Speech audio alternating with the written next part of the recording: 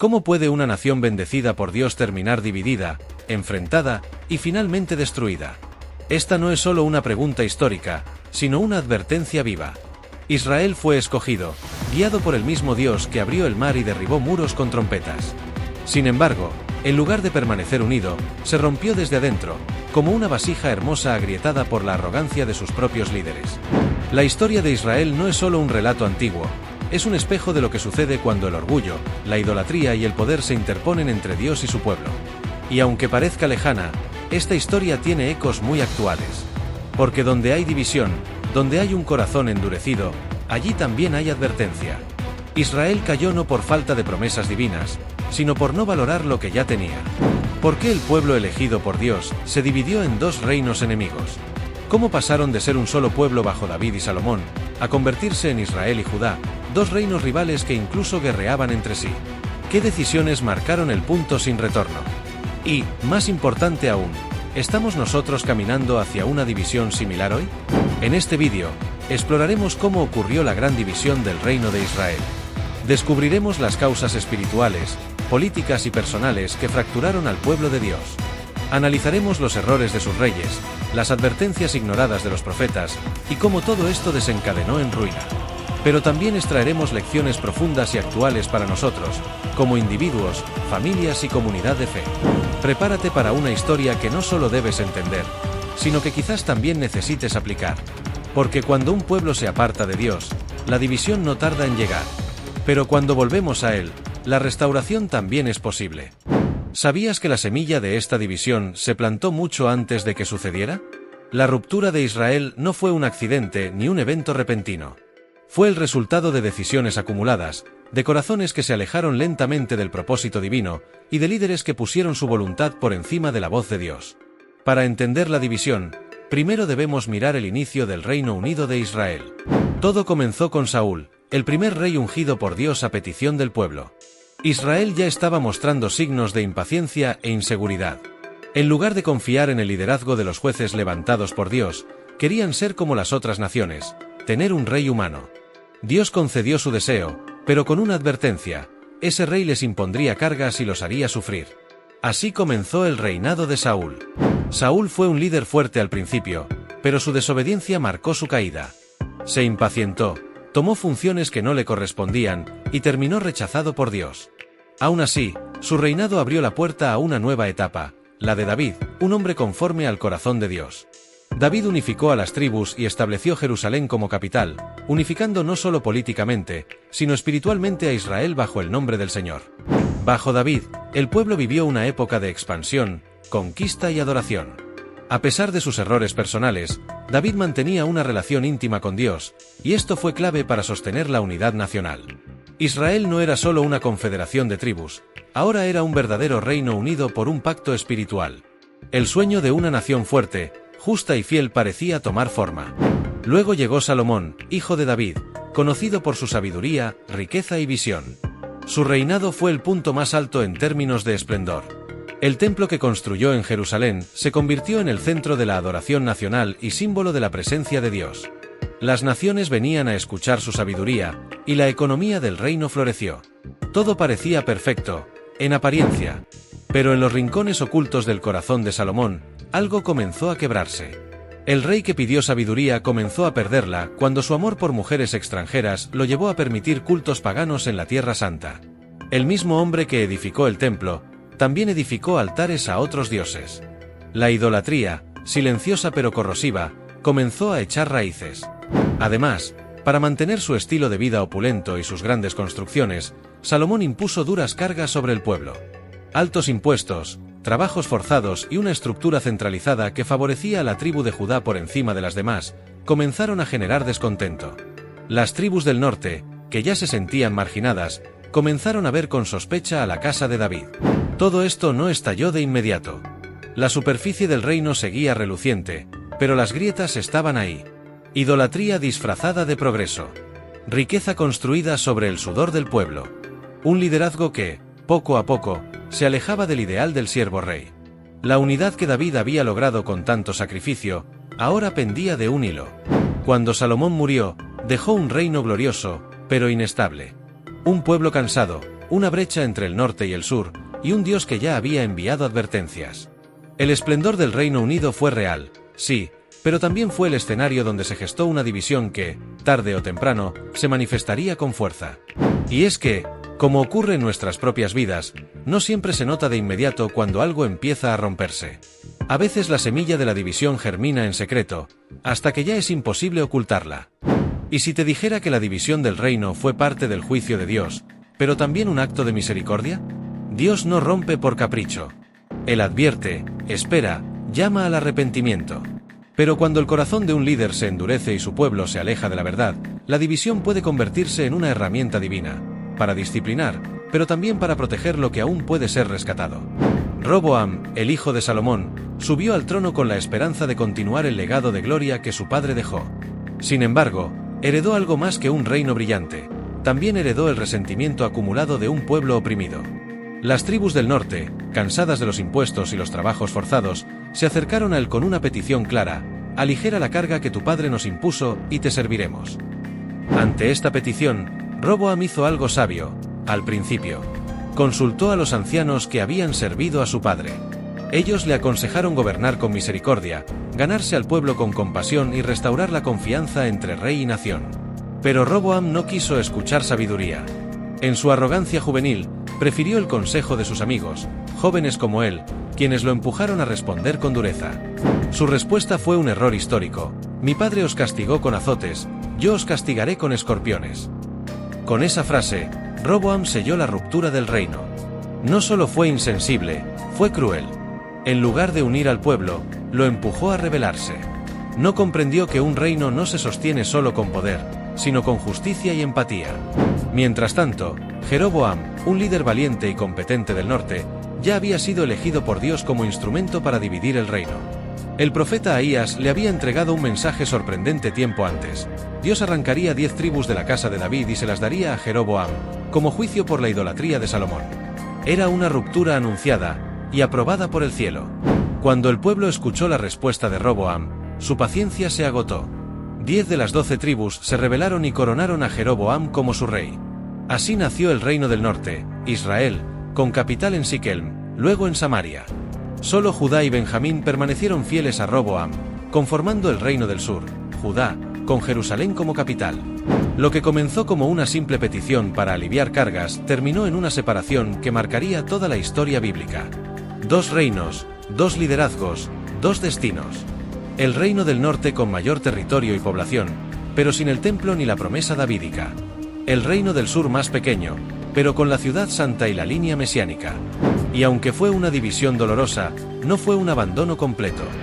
Dios no desechó a su pueblo.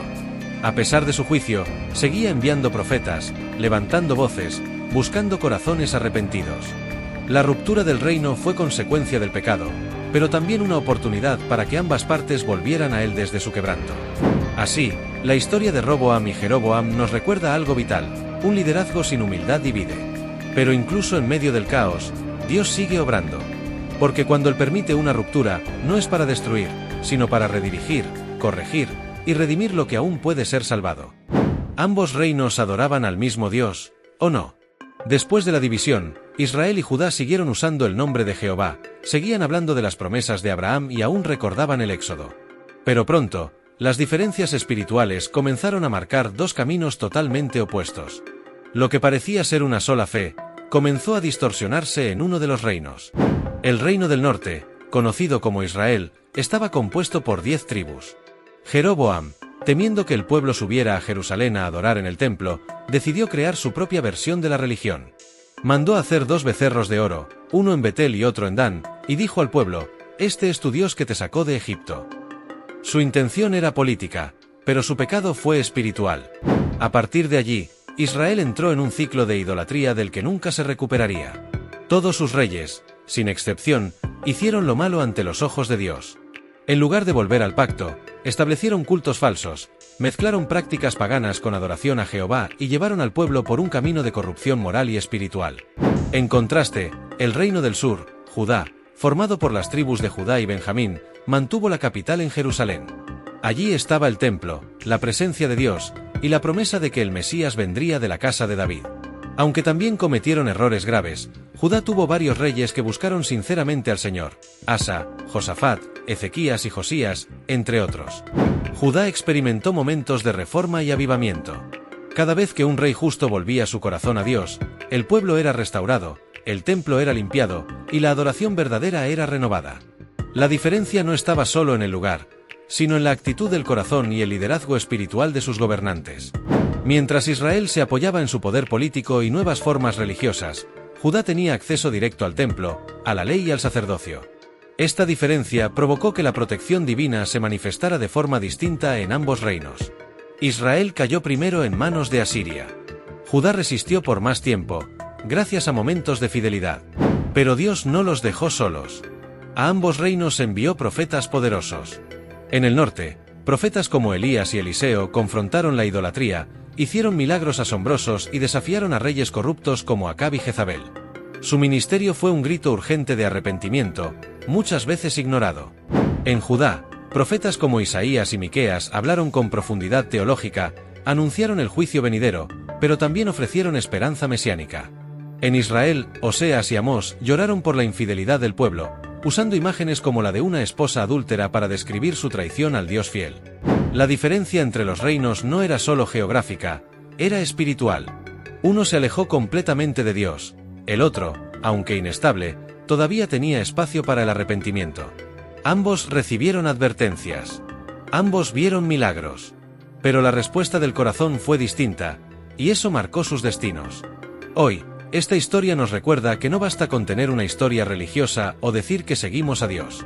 Lo que realmente define nuestro camino es la obediencia, la pureza del culto y la disposición a volver al Señor cuando fallamos. Porque dos pueblos pueden tener el mismo origen, pero no el mismo destino, si su fe se desvía del Dios verdadero. ¿Podía esta nación volver a unirse alguna vez? Después de la gran ruptura entre Israel y Judá, la tensión no solo permaneció, sino que se intensificó. Las 10 tribus del norte y las 2 del sur no solo siguieron caminos diferentes, también comenzaron a enfrentarse como enemigos. Dos pueblos que antes eran hermanos, ahora se miraban con recelo, como si nunca hubiesen compartido un mismo pacto con Dios. La división trajo consigo guerras civiles. En más de una ocasión, Israel y Judá se enfrentaron en batalla. Reyes como Abías de Judá y Jeroboam de Israel chocaron militarmente, y miles murieron en conflictos fratricidas. No peleaban contra enemigos extranjeros, sino entre ellos mismos, debilitándose mutuamente ante las potencias que los rodeaban. Además, comenzaron a surgir alianzas peligrosas. Con tal de ganar ventaja sobre el otro reino, algunos reyes buscaron apoyo de naciones paganas: Egipto, Siria, incluso Asiria. Esta dependencia política no solo trajo traición e invasión, sino también contaminación espiritual. Israel adoptaba costumbres extranjeras, y su corazón se alejaba cada vez más del Dios de sus padres. La idolatría, que había comenzado como una estrategia política de Jeroboam, se arraigó profundamente en el reino del norte. Con el paso del tiempo, dejaron de adorar a Jehová por completo y se entregaron al culto de Baal, Astarte y otros dioses cananeos. Los profetas clamaban, pero su voz era silenciada o ignorada. El pecado dejó de ser oculto y se convirtió en sistema. Dios, en su misericordia, envió advertencia tras advertencia. Elías desafió al rey Acab en el monte Carmelo. Eliseo hizo milagros que mostraban la gloria de Dios. Oseas habló del amor fiel de un Dios traicionado. Pero el corazón de Israel estaba endurecido. No querían volver. No veían la necesidad. No creían que el juicio llegaría. Y el juicio llegó.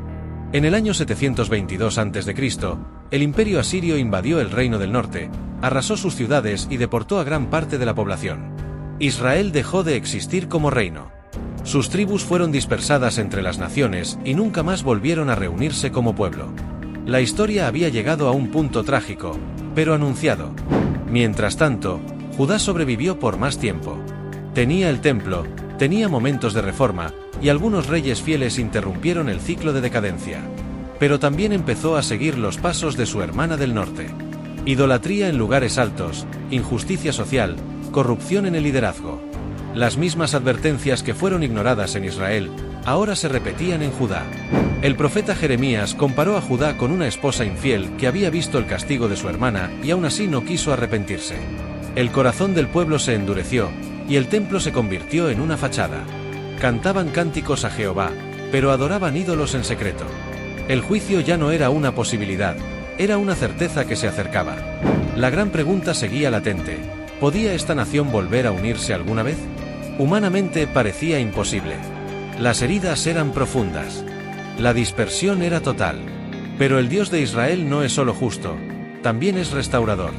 Aunque el juicio cayó sobre ambos reinos, su promesa seguía en pie: un día, de los escombros, levantaría un solo pueblo, con un solo corazón. Y mientras los reinos caían uno por uno, Dios comenzaba a preparar algo más grande, una restauración no solo territorial, sino espiritual. Porque cuando todo parece perdido, es allí donde el plan eterno empieza a revelarse. ¿Y si el exilio no fuera el final, sino el comienzo de algo nuevo? A veces, lo que parece el derrumbe definitivo es, en realidad, el terreno donde Dios comienza a reconstruir. El juicio sobre Judá fue severo, sí, pero incluso en medio del castigo, el Señor seguía escribiendo una historia más grande. El exilio no fue el silencio de Dios, sino su llamado más fuerte. Durante décadas, profetas como Jeremías y Habacuc habían advertido que el rumbo de Judá la conduciría al desastre. Habacuc clamaba por justicia, pero Dios le respondió que el juicio vendría, y que sería a través de Babilonia. Jeremías, conocido como el profeta llorón, pasó su vida rogando al pueblo que se volviera al Señor, pero fue rechazado, humillado y tratado como traidor. Judá se engañaba a sí misma creyendo que, por tener el templo en Jerusalén, Dios nunca permitiría su destrucción. Pero el corazón del pueblo estaba lejos. Había idolatría, abuso de poder, negligencia espiritual. El templo era solo un edificio, vacío de obediencia verdadera. Cuando la fe se vuelve ritual sin relación, deja de ser fe y se convierte en idolatría disfrazada. Finalmente, en el año 586 a.C., el juicio llegó. El poderoso ejército de Babilonia, bajo el mando de Nabucodonosor, sitió Jerusalén. Después de un tiempo de resistencia, la ciudad fue conquistada. Los muros cayeron, el templo fue saqueado e incendiado, y lo que una vez fue símbolo de la presencia de Dios, fue reducido a escombros. El templo de Salomón, joya del reino, fue destruido por completo. Para el pueblo, esto fue una catástrofe no solo política o cultural, sino profundamente espiritual. Era como si Dios los hubiera abandonado. Pero no era abandono, era corrección. Dios no castiga por venganza, sino para redirigir. El dolor del exilio tenía un propósito: quebrar el orgullo, purificar la fe y sembrar una esperanza nueva.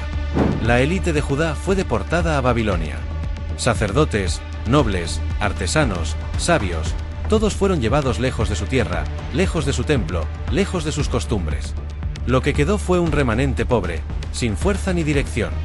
Judá perdió su identidad nacional, y muchos pensaron que la historia del pueblo de Dios había llegado a su fin. Pero no fue así. En medio del juicio, el plan de Dios seguía activo. En Babilonia, surgieron nuevas expresiones de fe. Sin templo, los judíos comenzaron a reunirse en sinagogas. La palabra de Dios se volvió central. Se fortaleció la identidad espiritual por encima de la identidad política. Incluso en tierra extranjera, Dios levantó profetas como Ezequiel y Daniel, que mantuvieron viva la visión de una restauración futura. Dios le mostró a Jeremías que el exilio duraría 70 años, pero que luego vendría el regreso.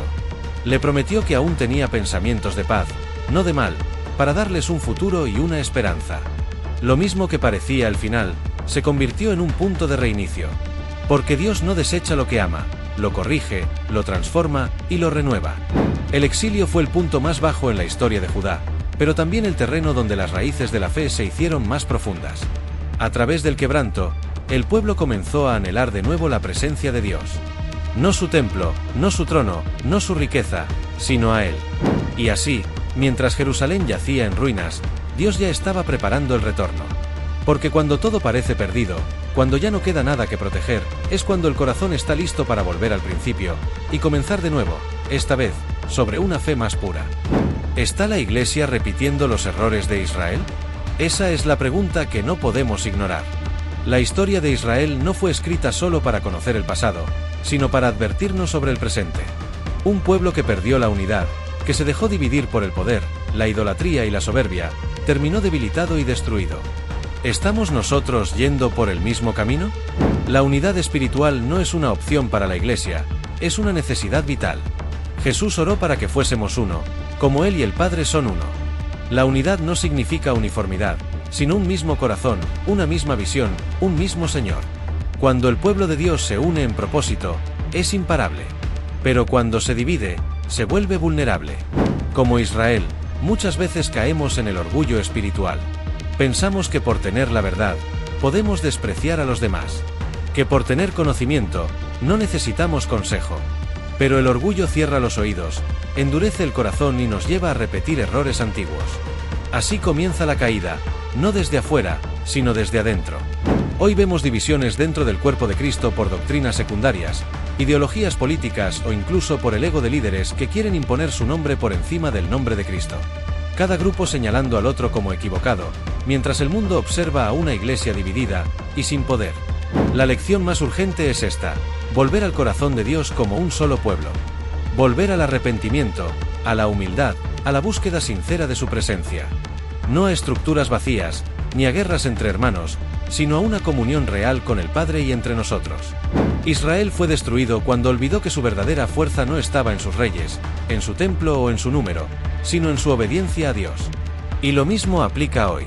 Si la Iglesia quiere ser luz en medio de la oscuridad, primero debe sanar su división. Porque un reino dividido contra sí mismo no puede permanecer. La división del reino no fue un simple accidente político. Fue la consecuencia directa del pecado, del orgullo, de la idolatría y del corazón endurecido de un pueblo que olvidó a su Dios. Pero incluso en medio del juicio, el propósito de Dios no fue destruir, sino redimir. Porque donde el hombre ve ruina, Dios ve el inicio de la restauración. Dios usó la historia de dos reinos en conflicto para preparar el camino hacia algo mucho más grande. El reino del norte desapareció, Judá fue exiliado, pero de esos fragmentos, Dios formaría un nuevo pueblo, no definido por tribus o territorio, sino por la fe en su Hijo, Jesucristo. La cruz sería el punto de encuentro donde el pasado dividido se uniría en un solo cuerpo. El profeta Ezequiel lo vio en una visión poderosa. Dios le mandó tomar dos palos, uno con el nombre de Judá y otro con el nombre de Efraín, y unirlos en su mano. Y le dijo: así haré con mi pueblo, los haré uno solo, y nunca más serán divididos. Ezequiel 37, 15 al 22. Esa profecía apuntaba no solo al regreso del exilio, sino a la obra perfecta de Cristo. Dios no terminó con Israel. Restauró a su pueblo. Y así como restauró una nación quebrada, hoy también quiere restaurarte a ti. Si hay división en tu corazón, en tu familia, en tu iglesia, no todo está perdido. Lo que el pecado separó, Dios lo puede volver a unir. Él es el Dios que escribe finales distintos, si tan solo le damos el lugar central que siempre le correspondió. Si este vídeo te abrió los ojos a una verdad más profunda de la palabra, no lo guardes solo para ti.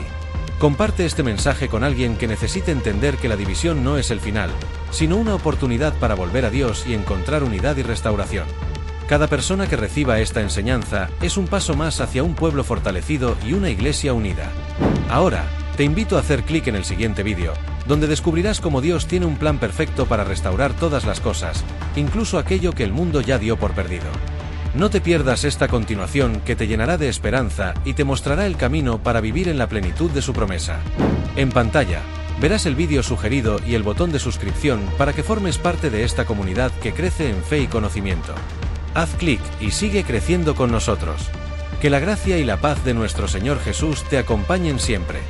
Recuerda, donde hay quebranto, Dios siembra restauración, donde hay división, Él une con amor eterno. Bendiciones.